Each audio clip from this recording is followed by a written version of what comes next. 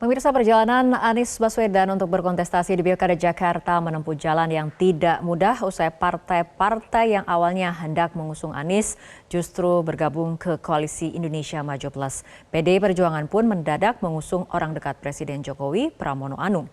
Namun Partai Buruh menyatakan akan terus mendukung Anies hingga akhir. Dan sudah bersama kami Ketua Tim Pilkada Pusat Partai Buruh, Said Salahuddin. Selamat malam Pak Said. Selamat malam. Pak Said, hari ini Assalamualaikum. terakhir pendaftaran, apakah mungkin masih terjadi hal yang dinamis seperti peluang Anies Baswedan untuk maju di Pilkada Jakarta? Iya, pertama dari sisi waktu kan masih ada. Jadi waktunya yang masih ada, partai-partai yang akan mengusung Pak Anies dengan modal 7,5% ini yang masih harus kita lihat sampai dengan tengah malam nanti. Karena di hari terakhir ini sampai dengan pergantian jam nanti di hari berikutnya ya, tengah malam. Nah, sampai dengan sekarang kami tidak pernah mengubah sikap walaupun sudah ada dua pasangan calon dari koalisi Kim dan PDI Perjuangan yang sudah mengusung calon masing-masing. Partai Buruh tetap kukuh pada pendirian, pada sikap, pada komitmen dan konsistensinya untuk mengusung Pak Anies Baswedan sebagai calon gubernur daerah khusus Jakarta. Ini karena adalah amanat dari kader kami di bawah, dari rakyat publik Jakarta yang bisa kita baca. Di semua medsos itu, pemberitaan tentang Pak Anies itu, tone-nya positif. Ya kalau ada yang tidak, itu ada buzzer, ada orang tidak suka, itu wajar.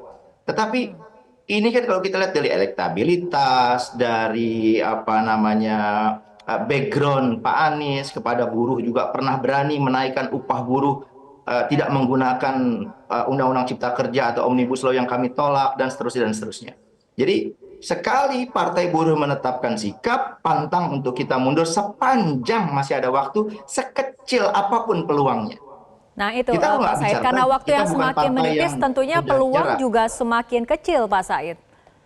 Betul. Nah, oleh sebab itu, kan ketika ditanya oleh teman-teman media tadi saat kami konferensi pers, ini kan partai sudah habis ya, dalam artian kalaupun masih ada umat, ada Hanura, ada Partai Buruh, apakah memadai? Tidak. Itu baru sekitar 2,5%, masih butuh 5% lagi. Pertanyaannya adalah, apakah partai yang sudah mengusung Pak RK, mengusung Pak Pramono, itu boleh nggak kalau seandainya dia merubah sikap?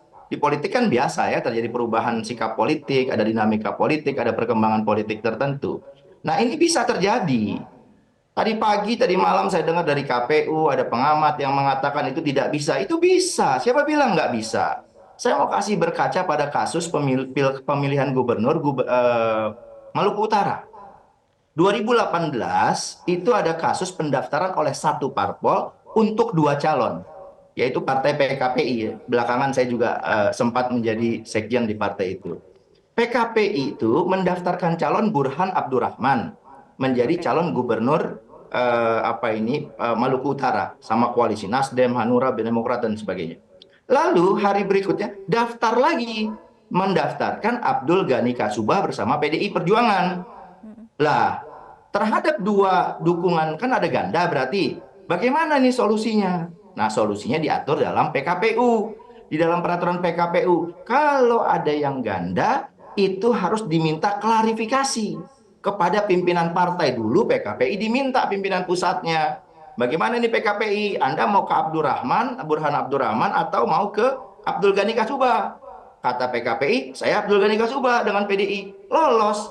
Setelah itu pilkada, menang. Setelah itu menjabat 5 tahun. Nggak ada masalah Oke. tuh. Berarti Boleh. Anda menilai masih Bahwa ada ada. celah dan juga peluang adanya perubahan sikap dari parpol pengusung seperti itu ya Pak Said? Maaf, maksudnya gimana ada partai perubahan? Jadi kemudian menurut Anda masih ada celah atau peluang ada perubahan sikap dari parpol-parpol yang kemudian sudah kemudian melabuhkan suaranya, dukungannya kepada paslon tertentu untuk berubah di Bisa saat-saat saja. terakhir, Mbak, kita celahnya tahu seperti itu lah, masih ada. politik Indonesia itu selalu injury time. Ya Oke. kan? Kami nggak tahu apa yang akan terjadi sampai dengan tengah malam nanti. Yang kami tahu adalah bagaimana spirit ini, spirit publik Jakarta Oke. yang sudah mempercayakan, kami jaga amanah ini. Kalau Nah, dari baik, awal partai Pak udah nggak Said. konsisten, dari awal partai udah nggak dengar aspirasi rakyat dulu sebelum putusan MK, boleh juga Pak Anies nih. Setelah putusan MK, nyalon yang lain. Nah itu kan yang kayak gini-gini kan membuat publik kecewa. Nah Oke, Partai Buruh Pak tidak Said. mau Oke, baik Pak Said, jika kemudian Anies ternyata memang gagal maju di Pilkada Jakarta, kemana suara Partai Buruh ini akan berlabuh?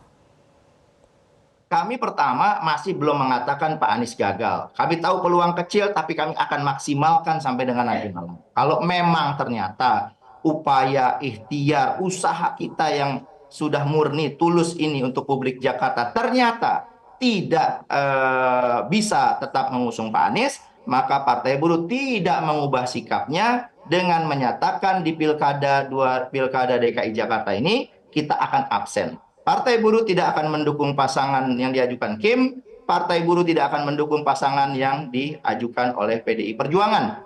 Kami tetap menjaga konsistensi kami karena dua pasangan itu bukan yang diusulkan oleh daerah. Partai Buruh memperhatikan daerah DKI Jakarta dan juga kota-kota kabupaten di Jakarta beserta para buruh-buruh di pabrik-pabrik masyarakat kecil yang menginginkan Pak Anies Baswedan.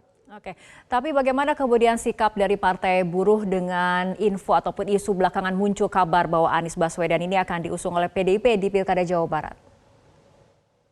Kalau ada partai lain mau mengusung Pak Anies kan itu ranahnya partai lain ya, saya tidak boleh intervensi, sah-sah saja.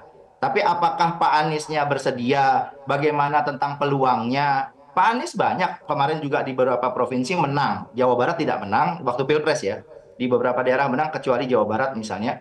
Tapi apakah di Jawa Barat ini peluangnya ada untuk bisa memenangkan pilkada, itu satu soal. Kedua juga secara administratif. Kita sudah dengar di banyak media, Pak Anies sudah mempersiapkan dokumen untuk DKI Jakarta. Nah, perubahan ini jam segini mana ada pengadilan yang buka, mana ada instansi untuk membuat dokumen surat tertentu yang buka. Misalnya soal teknis administratif. Tapi lebih dari itu secara substantif, menurut saya, memang paling tepat Pak Anies itu di Jakarta. Inilah tempat di mana beliau sudah menunjukkan dedikasinya, kinerjanya untuk publik Jakarta. Dan itu yang perlu dipertahankan untuk diperbaiki lagi mana yang masih kurang, belum tuntas. Oke, sampai terakhir bagaimana sebetulnya komunikasi Partai Buruh dengan Pak Anies Baswedan sendiri ataupun dengan partai-partai seperti Partai Umat dan Hanura atau partai-partai non-parlemen lain?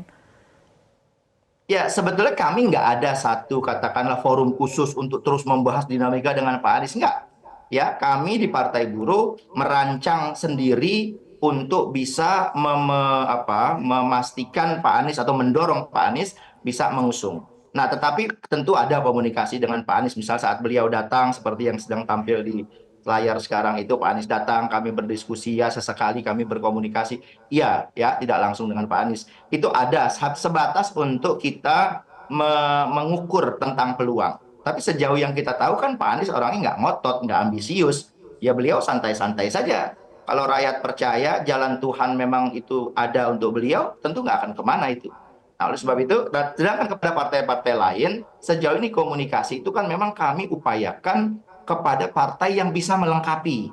Jadi kalau cuman misalnya dengan Umat, dengan Pak Hanura, komunikasi informal barangkali ada, tetapi kalau dengan partai yang memadai suaranya itu belum sampai ada titik temu ya.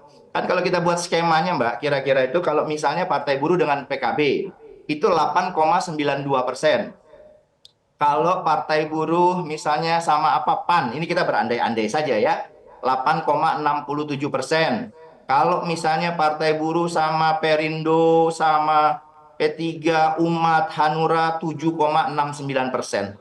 Nah ini beberapa kemungkinan-kemungkinan. Tentu kami menghormati PKB, PAN, P3, Umat, Hanura, Perindo. Kami hormati sikap Oke. masing-masing partai yang sudah punya pilihan. Tetapi seandainya berubah pilihan ya karena mereka punya basis konstituen yang justru memberikan masukan. Seandainya pun saya cuma mau bilang secara Oke. aturan masih bisa. Saya bantah pernyataan KPU yang menyatakan tidak bisa. Bisa. Baik. Kalau nggak bisa Abdul Ghani Kasubah 5 tahun jabatannya nggak sah dong dulu. Oke. Boleh kok itu. Maka diatur Mbak. Ada pengaturannya secara eksplisit di pasal 12 PKPU 8. Oke. Pasal 12 ayat 1 bilang, dalam hal partai politik peserta pemilu mengusulkan lebih dari satu pasangan calon, KPU Provinsi dan KPU Kabupaten Kota itu melakukan klarifikasi kepada partai tersebut di tingkat pusat Oke. melalui KPU. Hasilnya Baik. dituangkan dalam berita acara. Berdasarkan berita acara inilah kemudian KPU akan menentukan partai ini lebih sah Baik, Pak kepada Said. calon yang mana. Boleh itu. Kalau nggak boleh, Oke. kenapa ada norma pasal 12 ayat 1 ayat 2 ini? Baik, Pak Nggak Said. penting, nggak ada urgensinya. Kita akan tunggu apakah akan ada kejutan politik di ujung masa pendaftaran Pilkada 2024 kali ini. Kita akan pantau bersama. Terima kasih Pak Said Salahuddin telah berbincang bersama kami Terima malam kasih hari ini. banyak. Jelajahi cara baru mendapatkan informasi. Download Metro TV Extend sekarang.